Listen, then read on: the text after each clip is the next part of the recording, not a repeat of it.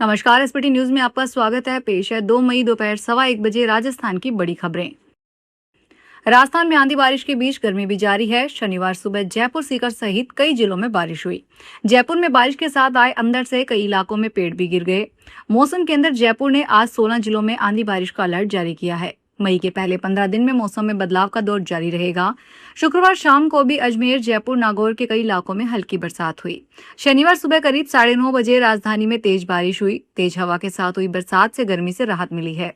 घने बादल छाने के कारण रोशनी काफी कम हो गई है। मौसम केंद्र निदेशक राधेश्याम शर्मा ने बताया कि मई के शुरुआती 2 हफ्तों में लगातार आंधी बारिश का दौर चलेगा। सामान्यतः मई में 5 से 6 दिन आंधी बारिश होती है, लेकिन इस बार 10 से 12 दिन दोपहर बाद मौसम अचानक बदलने के आसार है। राजस्थान हाईकोर्ट ने भादरा के अधिवक्ता अदरीश अली की याचिका पर सुनवाई करते हुए पुलिस प्रशासन को कड़े निर्देश जारी किए हैं, जिनमें न्यायमूर्ति फरजंद अली ने कहा कि जिस दिन अधिवक्ता के साथ कथित उत्पीड़न हुआ उस दिन का सीसीटीवी फुटेज हर हाल में सुरक्षित रखा जाए। अदालत ने यह भी चेतावनी दी है कि यदि रिपोर्ट में फुटेज उपलब्ध नहीं पाया जाता है तो हनुमानगढ़ के पुलिस अधीक्षक प्रतिवर्ती उत्तरदायी माने जाएंगे और भारतीय साक्ष्य अधिनियम की धारा 114 के तहत यह प्रतिकूल अनुमान लगाया जाएगा कि सबूत जानबूझकर नष्ट किया गया है, जिससे पुलिस प्रशासन की जवाबदेही सीधे कटघरे में खड़ी हो जाएगी। राजस्थान हाईकोर्ट ने याचिकाकर्ता के खिलाफ किसी भी दमनात्मक कार्रवाई पर रोक लगाते हुए एसएचओ भादरा को अगली तारीख पर व्यक्तिगत रूप से उपस्थित होने के निर्देश दिए और नोटिस दस्ती देने का आदेश दिया ताकि सेवा में कोई देरी न हो। राजस्थान में ऊर्जा बचत पर्यावरण संरक्षण को बढ़ावा देने के लिए नई भवन संहिता लागू होगी।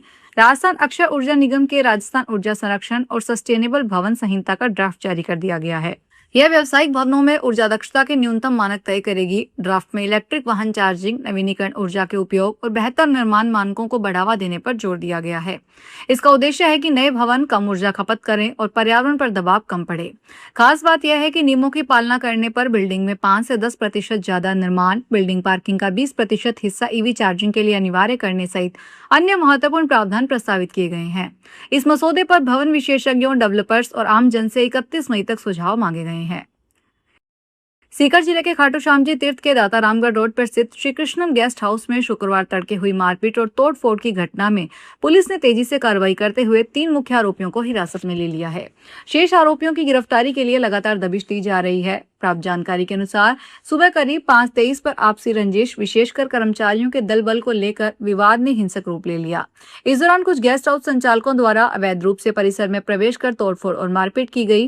कानून व्यवस्था की अवहेलना और पुलिस प्रशासन को धमकी देने के मामलों को गंभीरता से लेते हुए नगर पालिका प्रशासन ने हमलावर पक्ष के गेस्ट हाउस के खिलाफ सीजर की कार्रवाई शुरू कर दी है। आप छोड़कर बीजेपी में शामिल हुए पंजाब से राज्यसभा सांसद संदीप पाठक के खिलाफ पंजाब में 2 एफआईआर दर्ज हुई है। यह केस भ्रष्टाचार और शोषण से जुड़े हुए हैं। पुलिस सूत्रों के अनुसार गैर जमानती धाराओं में केस दर्ज हुआ है। संदीप पाठक केस दर्ज होने की खबर बाहर आने से पहले दिल्ली स्थित अपने घर से निकल गए। जब मीडिया उनसे बात करने पहुंची तो वे तेजी से गाड़ी में बैठकर वहां से निकल गए। उनकी गिरफ्तारी के लिए पंजाब पुलिस दिल्ली स्थित उनके घर पहुंच गई है और कभी भी उनकी गिरफ्तारी हो सकती है। हालांकि पंजाब पुलिस या सरकारी प्रवक्ता की तरफ से इसको लेकर अभी कोई रिएक्शन नहीं आया है।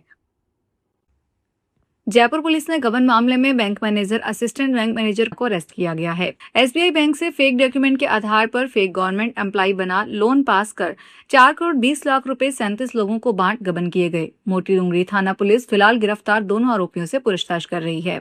डीसीपी रंजीता शर्मा ने बताया कि गबन मामले में फरार बैंक मैनेजर बाबूलाल मीना और असिस्टेंट बैंक मैनेजर आकाश पिलोनिया को अरेस्ट किया गया है। जांच में दोनों आरोपियों के खिलाफ सबूत मिलने पर 5,000 रुपए का इनाम रखा गया था। कल 3 मई को होने वाली नीट यूजी परीक्षा को लेकर राजस्थान में रेलवे स्पेशल ट्रेन चलाएगी। परीक्षार्थियों की सुविधा को देखते हुए रेलवे ने विशेष व्यवस्था करते हुए जयपुर अलवर और चूरू जयपुर रूट पर अनारक्षित एग्जाम स्पेशल ट्रेन चलाने का फैसला किया है।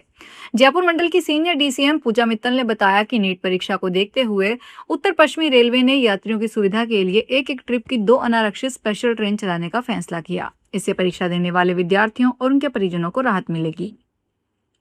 सवाई माधोपुर में फूड सेफ्टी डिपार्टमेंट ने रिको इंडस्ट्रियल एरिया खेरदा में कार्रवाई करते हुए एनर्जी ड्रिंक के नाम पर बेची जा रही करीब 50,000 कैन जब्त की है। टीम ने करीब 13,000 लीटर बेवरेज सीज किया और नमूने जांच में जयपुर भेजे। सीएमएचओ डॉक्टर अनिल कुमार जैमिनी के अनुसार कार्रवाई फूड सेफ्टी ऑफिसर्स की टीम ने की। सीएमएचओ डॉक्टर अनिल कुमार जैमिनी ने बताया कि food safety officer Ved Prakash Purvia और नितेश गौतम की टीम ने रिको इंडस्ट्रियल एरिया खेरदा स्थित श्री बालाजी ट्रेडिंग पर छापा मारा। चित्तौड़गढ़ प्रतापगढ़ दुग्ध उत्पादन संघ ने एक बार फिर डेयरी प्रोडक्ट्स के दाम बढ़ा दिए हैं। सरस डेयरी की नई रेट लिस्ट शुक्रवार से लागू हो चुकी है और इसका सीधा असर आम लोगों की जेब पर पड़ रहा है।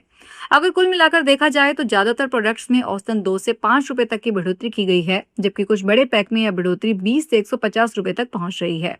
पनीर के दाम में साफ तौर पर बढ़ोतरी देखने को मिली है। 200 ग्राम का पैक पहले 70 रुपए में मिल रहा था, जो 75 रुपए का हो गया है, यानी इसमें 5 रुपए की बढ़ोतरी हुई है। वहीं 1 किलो पनीर का पैक 350 रुपए से बढ़ाकर 375 रुपए कर दिया गया है, यानी सीधे 25 रुपए बढ़ गए हैं। दही की कीमतों में भी हर स्तर पर बढ़ोतरी की गई है। 200 ग्राम कप वाला दही 16 रुपए से बढ़कर 20 रुपए हो गया, यानी 4 रुपए की बढ़ोतरी हुई है। राजस्थान हाईकोर्ट ने एक महत्वपूर्ण अंतरिम आदेश में राज्य सरकार के प्रशासनिक निर्णय पर हस्तक्षेप करते हुए स्पष्ट किया है कि कोई भी अधिकारी एक साथ 2 ऐसे पदों पर कार्य नहीं कर सकता जिनमें हितों का टकराव संभावित हो। इसी के चलते अदालत ने राजस्थान राज्य पथ परिवहन निगम के प्रबंधक निदेशक पुरुषोत्तम शर्मा को परिवहन आयुक्त के पद पर कार्य करने से तत्काल प्रभाव से रोक दिया है। यह आदेश न्यायमूर्ति आनंद शर्मा की एकल पीठ ने ऑल इंडिया टूरिस्ट परमिट बस ओनर्स एसोसिएशन द्वारा दायर याचिका पर सुनाया। याचिकाकर्ता ने पुरुषोत्तम शर्मा को दोनों पदों पर नियुक्त करने को कानून के विरुद्ध बताते हुए इसे हितों के टकराव का स्पष्ट मामला बताया था। अदालत ने प्रथम दृष्टया माना कि मामला गंभीर है और इसमें कानूनी प्रावधानों का उल्लंघन दिखाई देता है। कोर्ट ने 21 नवंबर 2025 के उस सरकारी आदेश पर रोक लगा दी जिसके तहत RSRTDC MD को परिवहन आयुक्त का अतिरिक्त प्रभार सौंपा गया था। अलवर के सरस डेयरी में डेयरी डायरेक्टर शिवलाल मीणा ने कचरे के एक ट्रक को रोककर आरोप लगाए। मीणा ने कहा कि डेयरी प्रबंधन ने केवल 30,000 रुपए में कचरा और कबाड़ निकालने का ठेका दिया था, वहीं साड़ में बड़े स्तर पर गड़बड़ी की जा रही है। उनका आरोप है कि डेयरी के MD उमाशंकर की मिली भगत से करीब 10 लाख रुपए का लोहा और कंप्रेसर मोटर चोरी करके ट्रकों के जरिए बाहर भेजा जा रहा था। हालांकि बाद में डेयरी चेयरमैन नितिन सांगवान ने आपसी गलतफहमी में गलत सूचना फैल गई, ट्रक में कचरा ही जा रहा था, यह जांच करने पर सामने आया है। मीना के अनुसार एक ट्रक पहले ही डेयरी से निकल चुका था, इसमें करीब 5 लाख रुपए का सामान चोरी कर बाहर भेज दिया गया। झुंझुनू जिले के चिड़ावा में देर रात एक बर्तन व्यापारी पर कुछ बदमाशों ने हमला कर दिया। व्यापारी अपनी पिकअप लेकर बचने के लिए भागा तो बदमाशों ने भी उसका बोलेरो से पीछा किया। इस दौरान सड़क किनारे पैदल चल रही 2 महिलाएं एक गाड़ी की चपेट में आ गई, जिससे एक महिला की मौत हो गई, जबकि उसकी 4 महीने की गर्भवती बेटी घायल हो गई। हादसे के बाद गर्भवती को झुंझुनू रेफर किया गया। घटना शुक्रवार रात 9:30 बजे कस्बे के सूरजगढ़ मोड़ पर हुई। घटना की सूचना मिलते ही चिड़ावा SI कैलाश चंद्र पुलिस बल के साथ मौके पर पहुंचे। पुलिस ने महिला के शव को कब्जे में लेकर चिड़ावा मोर्चुरी में रखवाया। जोधपुर शहर के सदर बाजार थाना क्षेत्र में एक महिला को टेलीग्राम ग्रुप में वीडियो लाइक कर पैसे कमाने का लालच देने वाले आरोपी को पुलिस ने गिरफ्तार कर लिया। आरोपी ने महिला से 1,42,000 की साइबर ठगी की थी। शिकायत पर पुलिस ने बैंक खातों की जांच और ATM फुटेज की मदद से आरोपी को नागौर से गिरफ्तार किया। इन्हीं से मिले सुराग के आधार पर नागौर जिले के भावंडा थाना अंतर्गत मानकपुर गांव निवासी गौतम को गिरफ्तार करके उसके कब्जे से ठगी के 80,000 रुपए नगद, 9 अलग अलग बैंकों के ATM कार्ड और 5 मोबाइल फोन बरामद किए गए। राजस्थान लोक सेवा आयोग की प्राध्यापक भर्ती परीक्षा 2022 में फर्जी दस्तावेज के जरिए नौकरी पाने वाले आरोपी शिक्षक से SOG सघन पूछताछ कर रही है। पुलिस को संदेह है कि इस खेल में कई अन्य शिक्षक भी शामिल हो सकते हैं। गौरतलब है कि SOG ने चोमू निवासी अशोक कुमार यादव को गिरफ्तार किया है, जो दिवराला के सरकारी स्कूल में व्याख्याता पद पर तैनात था। आरोपी ने OPJS विश्वविद्यालय चूरू के अधिकारियों के साथ मिली भगत कर बैंक डेट में वर्ष 2020-22 की B.Ed और 2018-20 की MSc की फर्जी मार्कशीट तैयार करवाई थी। आरोपी फिलहाल 5 दिन की रिमांड पर है। पश्चिमी बंगाल में डायमंड हार्बर के 4 और मगर हाट पश्चिम के 11 बूथों पर शनिवार सुबह 7 बजे से दोबारा मतदान जारी है। वोटिंग शाम 6 बजे तक होगी।